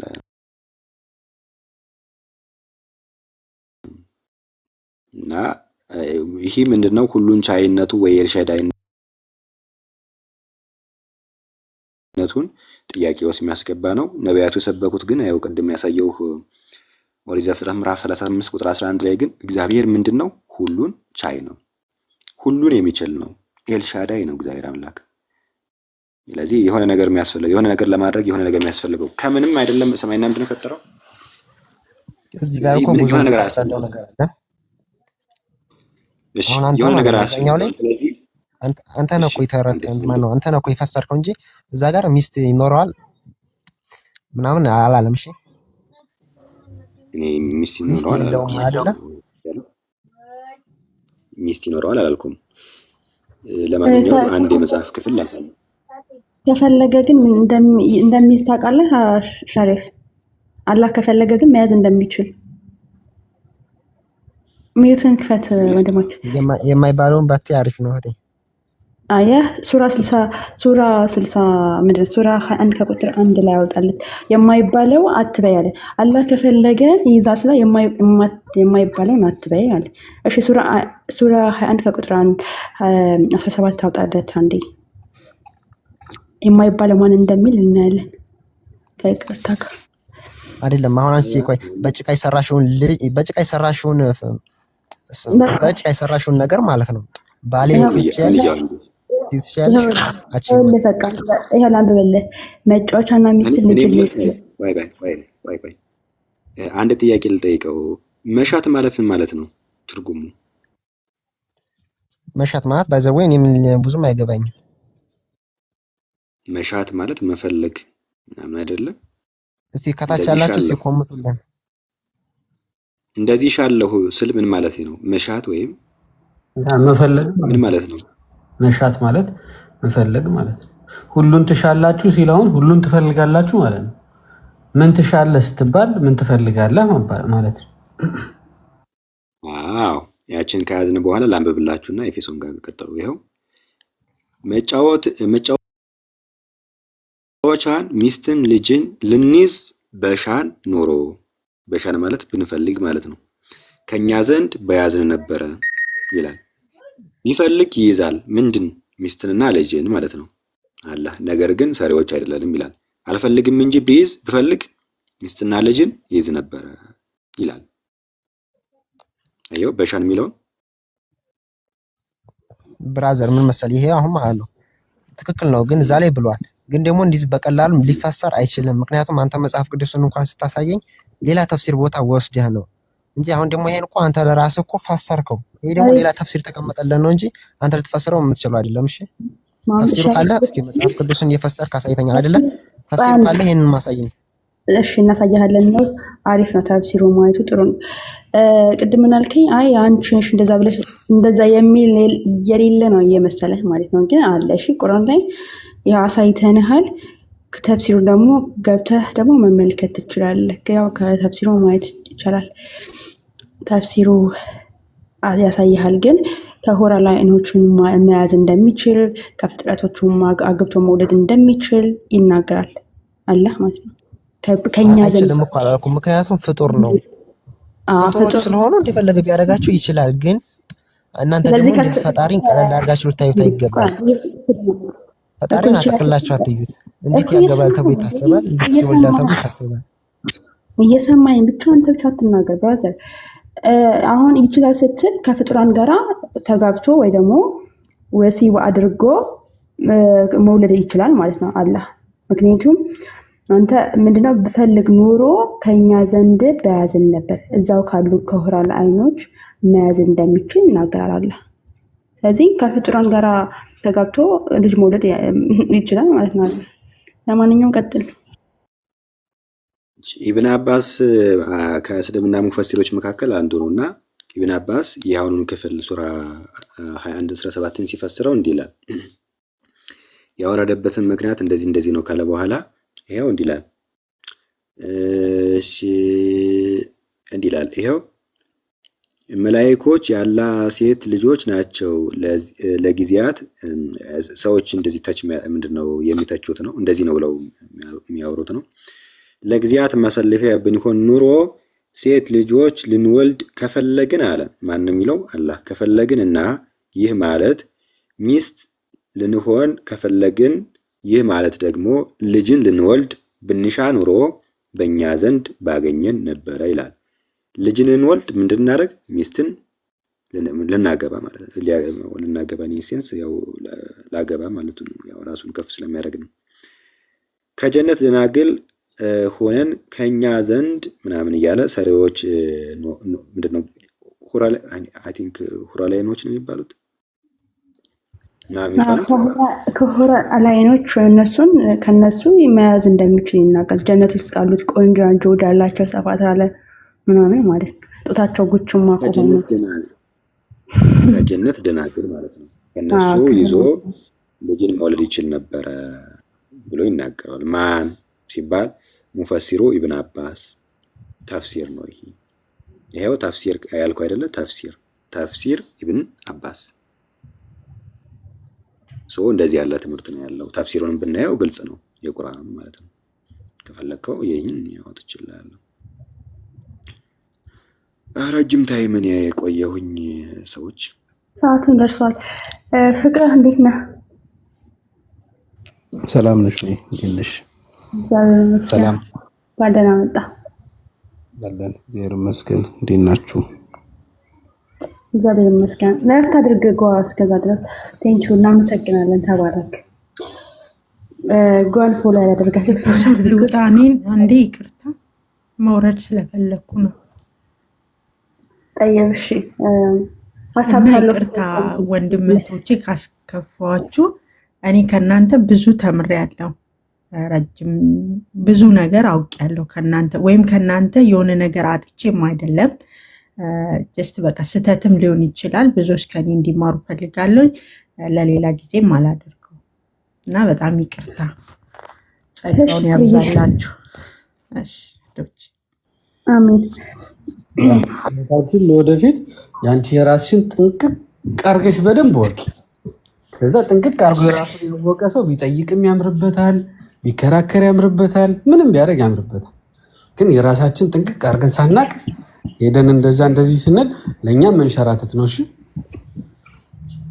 እሺ፣ ለሰይጣን በር መክፈት ስለሚሆን እንደዚህ አለ። ቴንክ ዩ። እሺ እኛ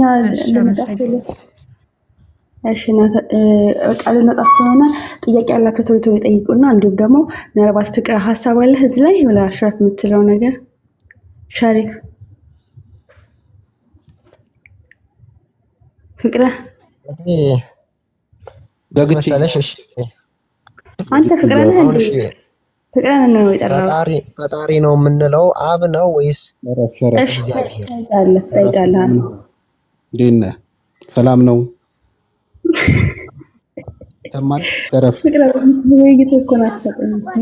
እንዴት ነህ? ደህና ነህ? ሰላም ነው? አይሰማም። ሸረፍ ላንተ ነው። አለው ብራዘር ነው እንዴ? አዎ አንተ ነው። እስቲ አስረድ ነበር ቅድም ስትወያዩ እየሰማው ነበርና አላህ ልጅ ካለው እያሉ ሲያወሩ ነበርና አላህ ልጅ የሚረዳው እንዴት ነው? አሁን አይሁዳውያን እኛ የአላህ ልጆች ነን ሲሉ እናንተ ፍጥረት ናችሁ ይላቸው ነበረ። አላህ ልጅ የሚለውን ሳቤ እንዴት ነው የሚረዳው? እስቲ አስረዳኝ። ማለት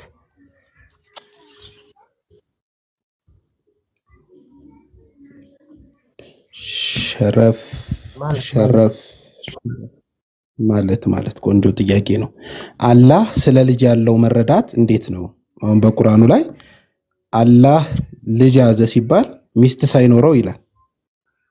አላህ ልጅ አለው ሲባል እሱ አልወለደም ይላል። አላህ ስለ ልጅ ያለው መረዳት ምንድን ነው? አላህ ሁልጊዜ ከመተኛት ጋር ነው ነገሮችን የሚያስበው ወይስ አላህ ልጅ ቢኖረው ይልና ደግሞ እኔ ከተገዢዎች ሆን ነበር ይላል? አላህ ስለ ልጅ ያለው እሳቤ ምንድን ነው? እስቲ ያስረዳኝ። በማስረጃ አድርጋ ልጅ የሚገኘው እንዴት ነው ብሎ ነው የሚረዳው? ስለ ልጅ ያለው ሐሳብ ምንድን ነው? እስቲ ያስረዳኝ። እሱን አልጠየቅኩትም ወንድሜ። እኔ ጠየቅኩ። ላይ ተጽፎም ካለ ከኔ በላይ ታላላቆችን መጠየቅ ትችላለህ እንጂ እኔ ስለዚህ ምንም ነገር ሰምቼ አላውቅም። ተፈላስሜም ላወራ አልችልም። ምንም እውቀት የለም። ለምንድን ነው ግን መሐመድ እኔ እገዛ ነበር ያለው? አላህ ልጅ ቢኖረው ኖሮ እኔ ከተገዢዎች ሆን ነበር ሲል ምን እያሰበ ነው? ስለ ልጅ በዛ ሰዓት ላይ ልጅ የሚለውንና አላህ ልጅ ቢኖረው የሚለውን እሳቤ እንዴት ነው የሚረዳው? ለምንስ ነበር የሚገዛው?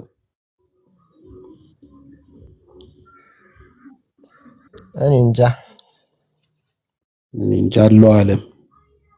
እሺ ሌላ ጥያቄ ልጠይቅህ።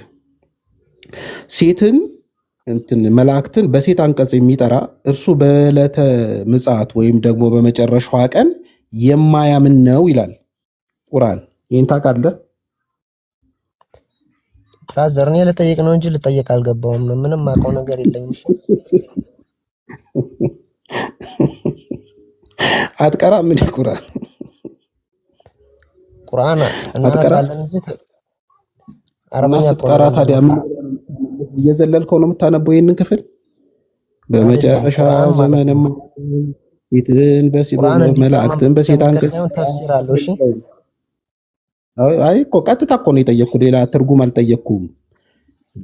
መላእክትን በሴት አንቀጽ የሚጠራ እርሱ በዕለተ ቂያማ የማያምን ነው። ጥያቄ ወደ አንተ ዞር ነው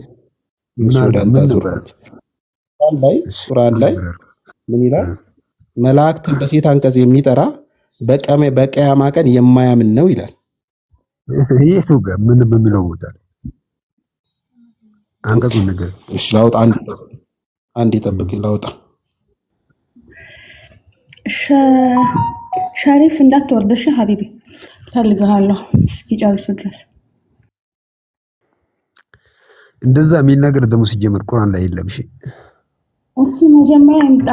አንተ ዝም ብለህ የለም ከምትል መጀመሪያ ጠይቀህ የት ነው መረጃው? በል ቁርአን እየቀራን ያለ እኛንን የምንቀራው እናንተ አይደላችሁ የምትቀሩት። እናንተ ትቀራላችሁ ከመቅሪያው ቦታ እንጂ ሐሳቡን አታውቁም። የለም ብለህ በድፍረት ስትናገር የምታውቅ ነው የምትመስለው። ሱራ 53 ቁጥር 27ን ክፈት። አይወጣብህም ግን አሁን ለውጣ እዚህ ብያለሁ። ያው እየከፈተልኝ ነው። የለም ብሏል። እንግዲህ ሰምታችሁታል። የለም እንዲህ የሚል እኛ እንቀረዋለን፣ ሁሌ እንቀረዋለን፣ ግን እንዲህ የሚል የለም እያለ ነው። አንብብ እስቲ ቁጥር 27ን አንብብ። ሰሚር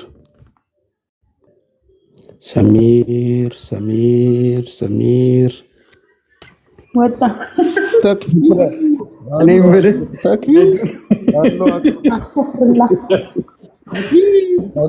እንደምን እንዳልከው ነው። ቁርአኑን ሳይሆን የሚቀራው ከቁርአን ትምህርት ቤት ነው የሚቀራው ልጁ ራሱ ከመቅራት ነው የሚቀራው። ተመችቶኛል። ይሄ አገላለጽ ከመቅራት ነው የሚቀራው። እየዘለለ ነው የሚቀራው። ዝለሉት ይላሉ የሚሉት እኮ ይሄንን እየዘለለ አይልም አለ እኮ። ያው እዚህ ጋር ይታያችኋል አይደል? ቁጥር 27 የሚለው ሰው ሸርፍ እስቲ የወንቺን ክፍል አንበባትማ። እስቲ እናንተ ተባብረን ያንተን አምላክ ውሸታም እናድርገው። እስቲ አንበባው እስቲ ሸርፍ ምን ይላል? እስኪ አንብበው አንተ አንብባ። የኔ ቁርአን አላነብም። አንተ ቅራው። አንተን ነው ቅራው የተባልከው። እነዛ በመጨረሻው ዓለም የማያምኑ እነዛ በመጨረሻይቱ ዓለም የማያምኑት መልስለት ቀጥ አድርጋ ያዟው። ማንበብ ይዘላሉ።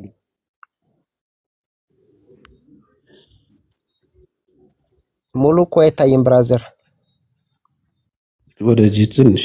እሺ ያው እነዛ ከመጨረሻይቱ ዓለም የማያምኑት በመጨረሻ የሚያርም አንብብ በሴት አጠራር ይጠራሉ። አንቺ ምናምን ብለው የሚጠሩት እነሱ ምንድን ናቸው? አንቺ ምናምን የሚሉት መላእክትን ምንድን ናቸው? ፍቅረ ዮሐንስ ምን መሰለህ፣ እኔ ልጠይቅ ነው እንጂ ልጠይቅ አይደለም ገባው። በዛ ላይ ደግሞ ይሄ ቁርአን ሌላ ተፍሲር አለው። እሺ ተፍሲሩን ገባ ብለህ ብታየው አሪፍ ነው እልሃለሁ። አንብቦ ቀላል እኮ ነው። እኔ አልፈሰርኩትም እኮ እዚሁ የነገረን ቃል በቃል ይጠየቁ። በመጨረሻው ዓለም የማያምኑት መላእክትን በሴት አጠራር ይጠራሉ አለ። ምን ብለው? አንቺ ጠራችው፣ ጠራቻት ምናምን እያሉ በሴት አንቀጽ ይጠሯታል አሉ።